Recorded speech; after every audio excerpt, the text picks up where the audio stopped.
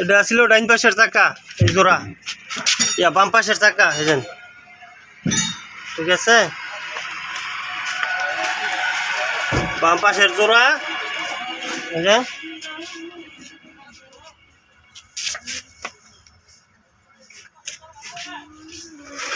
বাম পাশের জোড়া ডাইন সাইডে আনা হয়েছে।